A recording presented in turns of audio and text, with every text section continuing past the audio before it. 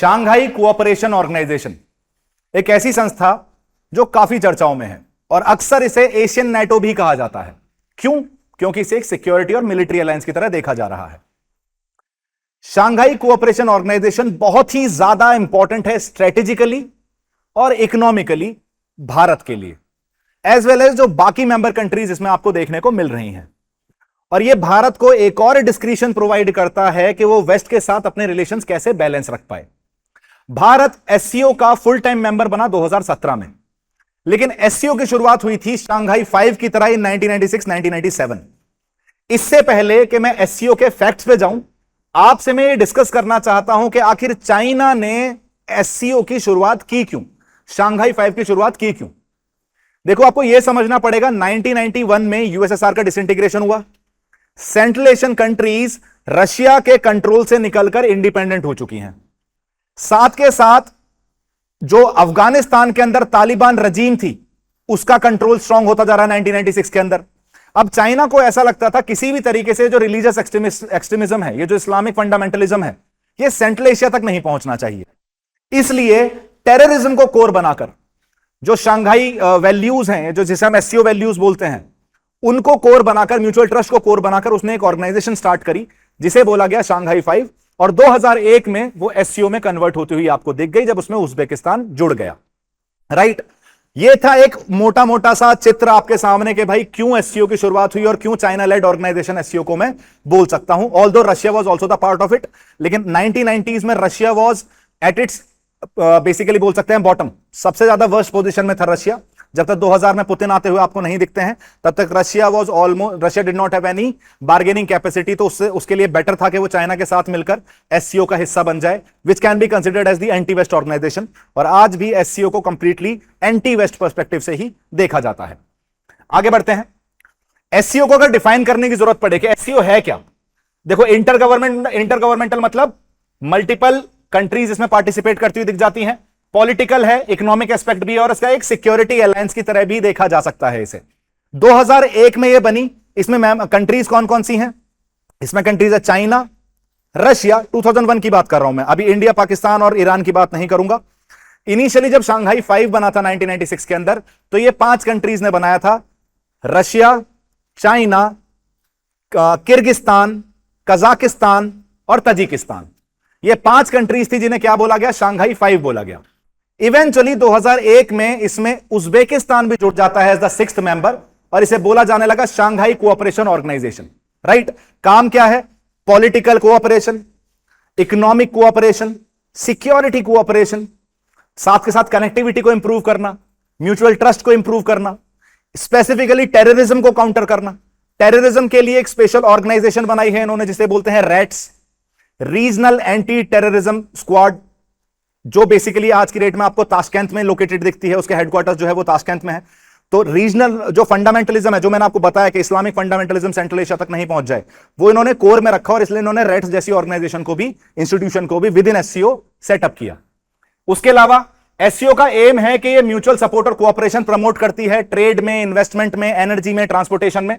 साथ के साथ जो शांघाई स्पिरिट है, जो इसकी कोर वैल्यूज है, वो भी आपको कोऑपरेशन को प्रमोट करती हुई दिखती हैं। जो इसकी ऑफिशियल वर्किंग लैंग्वेज है, चाइना आज की डेट में एससीओ की 2 ऑफिशियल वर्किंग लैंग्वेज है, one is Russian, second is Chinese. अब इंडिया इज ऑल्सो फंक्शनिंग के हिंदी को भी क्या बनाया जाए? एससीओ की ऑफिशियल लैंग्वेज बनाया जाए, और काफी हद तक हम कारगर भी साबित हो चुके हैं। लेकिन फिलहाल के लिए Russian and Chinese are the official languages of SCO. आगे बढ़ते हैं। सिग्निफिकेंस क्या है? एरियाज ऑफ कोऑपरेशन को काफी हद तक वाइडन अप कर देती है ये, जैसे मैंने आपको बताया कि इकोनॉमिक बेसिस पे भी काम कर रही है, सिक्योरिटी बेसिस पे भी काम कर रही है, स्ट्रेटेजिक लेवल पे भी काम कर रही है, पॉलिटिकल लेवल पे भी काम कर रही है। तो जो एरियाज ऑफ कोऑपरेशन है वो काफी ज्यादा है। सिग्निफिकेंस इस बात से भी है कि जब आप एक बार देखते हो ना इसकी कंपोजिशन, तो आपको पता चलता है कि लगभग 40% ऑफ ग्लोबल पॉपुलेशन एससीओ का पार्ट है, लगभग 20% of global GDP SCO countries से आ रही है, और लगभग 22% ऑफ वर्ल्ड्स लैंड मास जो है वो एससीओ कंट्रीज कवर करती हैं। क्योंकि आपको पता है रशिया, चाइना, इंडिया, अगर आप देखते हैं तो टॉप 7 में से 3 कंट्रीज तो आपको यहीं जुड़ती हुई दिख जाती हैं, और कजाकिस्तान को जोड़ लोगे तो अनदर लार्ज कंट्री जो इसका हिस्सा बन जा रही है। तो लगभग 22% टोटल लैंड मास को रिप्रेजेंट कर रहा है एससीओ।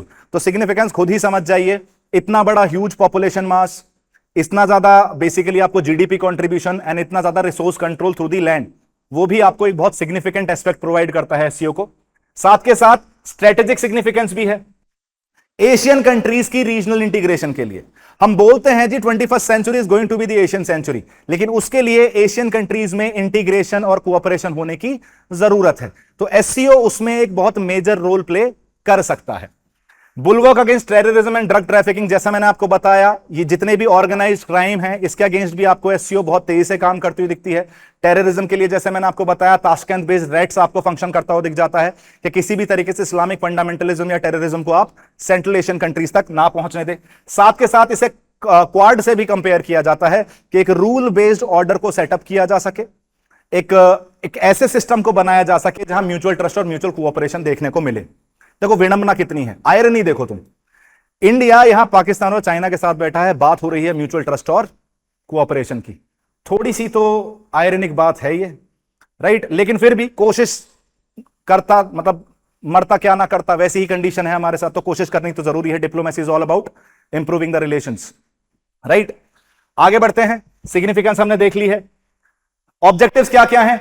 जितने भी मेंबर स्टेट्स हैं उनके बीच में रिलेशंस इंप्रूव करना, पॉलिटिकल अफेयर्स में, इकोनॉमिक अफेयर्स में, ट्रेड में, साइंटिफिक, टेक्निकल, कल्चरल, एजुकेशनल, इन सब जगह पे आपको रिलेशंस जो है वो बेटर करने हैं। एनर्जी कोऑपरेशन इंप्रूव करना है, ट्रांसपोर्टेशन इंप्रूव करना है, टूरिज्म एंड एनवायरमेंटल प्रोटेक्शन की तरफ भी आप साथ मिलकर काम कर सकते हो। जहां तक रही ट्रांसपोर्टेशन की बात, तो इसमें आप एक आईएनएसटीसी का एग्जांपल ले सकते हो, international north south transport corridor, जो आपको कहां से स्टार्ट होता दिखता है? जेएनपीटी मुंबई से फिर वो कहां जाता हुआ दिखेगा?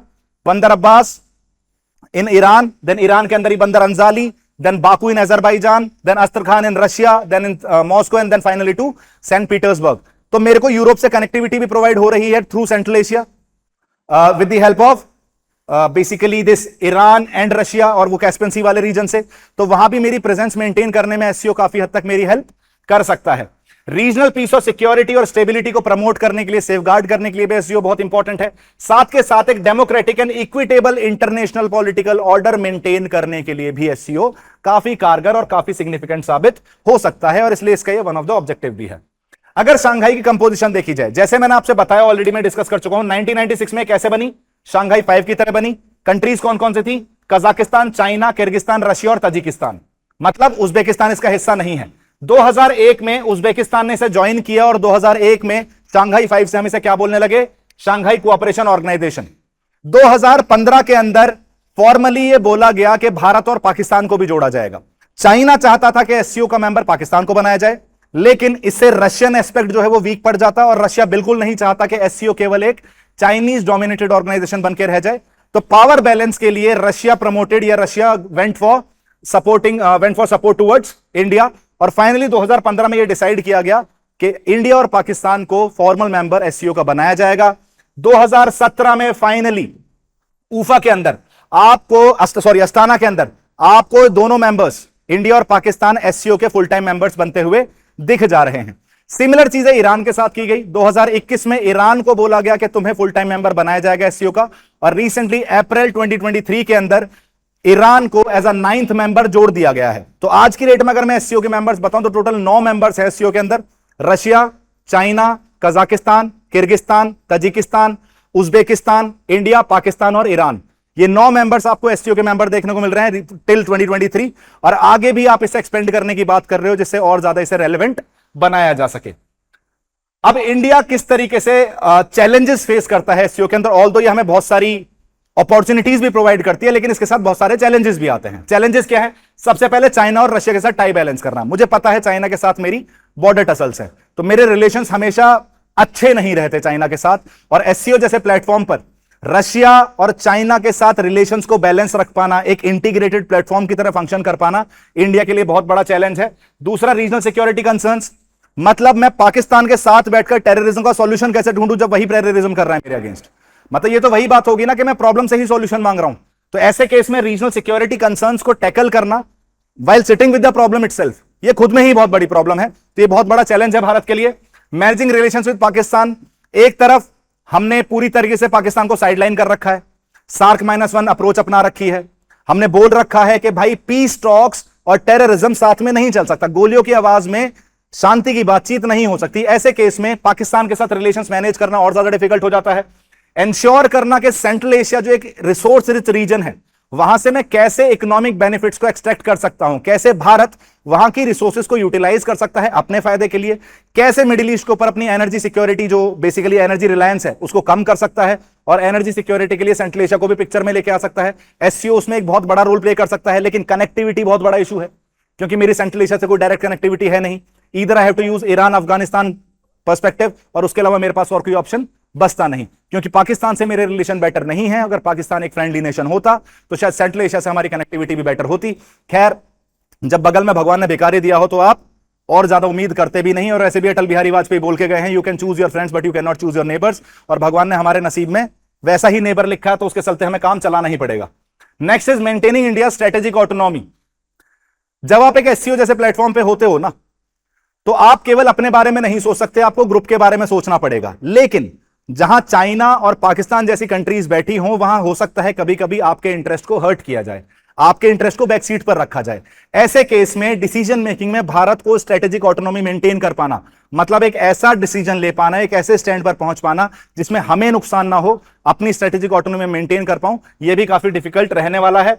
साथ के साथ इशू ऑफ सोवरेनिटी, जो OBOR one belt one road initiative आप देखते हो, वो पाक ऑक्यूपाइड कश्मीर के थ्रू निकलता है, वो हम क्लेम करते हैं, हमारा रीजन है वो, और हमसे बिना परमिशन के, हमसे बिना कंसल्ट किए आपने वहां से एक इकोनॉमिक कॉरिडोर निकाल दिया, which is a direct challenge to India sovereignty and territorial integrity. तो वो जो सोवरेनिटी और टेरिटोरियल इंटीग्रिटी वाला इशू है वो भी पिक्चर में आता हुआ दिखता है। Low bilateral trade with SCO countries, आज भी अगर मैं इंट्रा ट्रेड देखूंगा एससीओ कंट्रीज के साथ इंडिया का, वो काफी कम देखने को मिलता है, जिसे इंप्रूव करने की जरूरत है, और ये आज भी एक बहुत बड़ा चैलेंज बना हुआ दिख रहा है। नेक्स्ट, इंडिया इसमें इफेक्टिव रोल कैसे कर सकता है? इंडिया डॉलर के ऊपर अपनी रिलायंस कम कर सकता है, इंटरनेशनलाइजेशन ऑफ रुपी में सपोर्ट कर सकता है majority of the SCO countries के अंदर, एक्सेप्ट पाकिस्तान ऑफ कोर्स। हम यूपीआई जैसे सिस्टम को स्टार्ट कर सकते हैं, जिससे रुपी की एक्सेप्टेंस बढ़े। रुपी का ग्लोबल, जो हमारा ग्लोबल ट्रेड हो रहा है, जो क्रॉस बॉर्डर ट्रेड हो रहा है, उसमें हम लोकल करेंसीज यूज कर सकते हैं, या फिर हम एक अलग से करेंसी बना सकते हैं एससीओ की, जैसे ब्रिक्स करेंसी की बात की गई है। Although India will not be supporting it, क्योंकि इंडिया ने ब्रिक्स करेंसी को भी सपोर्ट नहीं किया है। अभी भी हमारा रिलायंस जो है वो डॉलर के ऊपर काफी ज्यादा है। टुवर्ड्स एन एशियन सेंचुरी, तो ये एक हमारे पास मौका है कि एशिया के जो मेजर कंट्रीज हैं वो साथ मिलकर एक नए ग्लोबल ऑर्डर को की तरफ ट्रांजिशन करें, एक नए ग्लोबल ऑर्डर को पिक्चर में लेके आए, जिसे जो वेस्टर्न लेड ऑर्डर है इसको थोड़ा सा काउंटर किया जा सके, और थोड़ा सा पावर बैलेंस करने में भी हेल्प की जा सके। डायलॉग के थ्रू पीसफुल नेगोशिएशंस किए जा सकते हैं, इस प्लेटफॉर्म को यूज किया जा सकता है India China, India Pakistan conflicts को रिजॉल्व करने के लिए। साथ के साथ जो बाकी एससीओ की कंट्रीज हैं वो आपको इस नेगोशिएशन का हिस्सा बनकर एक फास्टर रिजोल्यूशन की तरफ मूव कर सकती हैं। रशिया जैसी कंट्री भारत के सपोर्ट में खड़ी हुई दिख सकती है आपको यहां। एशियन नाटो भी कहा जा रहा है, जैसा मैंने आपको बोला, पर ये पॉजिटिव नहीं है, थोड़ा सा नेगेटिव भी है, क्योंकि ये आपको एक एंटी वेस्ट वाले पर्सपेक्टिव की उम्मीद दिखाता है, और भारत किसी भी तरीके से अपने आप को एंटी वेस्ट नहीं मानता। हमारा कहना है we are not anti west, we are non west. हम ना ईस्ट में हैं, हम ना वेस्ट में हैं, हम अपने स्ट्रेटेजिक ऑटोनॉमी पे चल रहे हैं भाई। हम अपने इंटरेस्ट के हिसाब से चलेंगे, हम पीसफुल अप्रोच के हिसाब से चलेंगे, हम रूल बेस्ड ऑर्डर के हिसाब से चलेंगे, ना हम वेस्ट की कन्वीनियंस से चलेंगे, ना ही हम ईस्ट की कन्वीनियंस से चलेंगे, हम चलेंगे रूल बेस्ड ऑर्डर के हिसाब से। तो एशियन नाटो इफेक्टिव रोल से ज्यादा आपको एक प्रॉब्लमेटिक एस्पेक्ट दिखाता हुआ दिखता है ज्यादा। टेररिज्म को फाइट करने के लिए रेड्स का इस्तेमाल किया जा सकता है, जो मैंने आपको बताया, Tashkent based regional anti terrorism squad, जो एससीओ का एक इंस्टीट्यूशन है, उसको यूटिलाइज करके आप टेररिज्म को भी अच्छे से काउंटर कर सकते हो। तो this was all about SCO. Of course मैंने आपको सारी चीजें बता दी हैं, आई गेस आपको क्लैरिटी आ चुकी होगी from the analytical aspect as well as from the factual aspect. ये क्वेश्चन है, ट्राई करना, इसे अटेम्प्ट करने का 2021 में यूपीएससी के अंदर आया था। Critically examine the AIIMS and objectives of SCO, what importance does it hold for India. अगर आपने ये वीडियो ध्यान से देखा है तो आप डेफिनेटली इसे आंसर कर पाएंगे, नहीं देखा है दोबारा देख लो, और अगर आपको इस आंसर को कमेंट डाउन करना है तो आई विल रिव्यू इट। अगर नहीं भी करना है तो अपनी कॉपी में लिख लेना, किसी और से रिव्यू करा लेना, लेकिन अटेम्प्ट जरूर करना, राइट? नहीं तो केवल वीडियो ही देखते रह जाओगे, यूपीएससी क्लियर नहीं होगा। तो do try to attempt this question. This was all from my end, thank you so much guys. मिलता हूं आपको ऐसे ही इंटरेस्टिंग टॉपिक के साथ अगले वीडियो में। Thank you so much guys and have a good day.